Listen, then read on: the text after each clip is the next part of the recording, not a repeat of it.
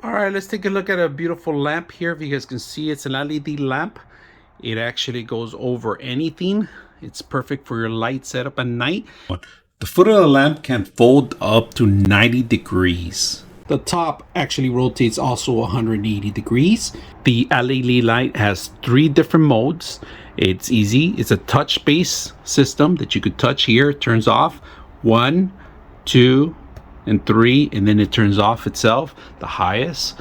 You guys can see that it goes well in beautiful desk environments. If you're going to be working as a student, you don't have too much real estate to work with. This is something simple, doesn't take too much space. It also has an extra feature. It has an extra port, a type C to power it up, and an extra type A, and then you can convert it to type C or to type A also.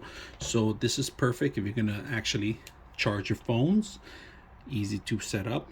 Plug in your phone, starts charging automatically.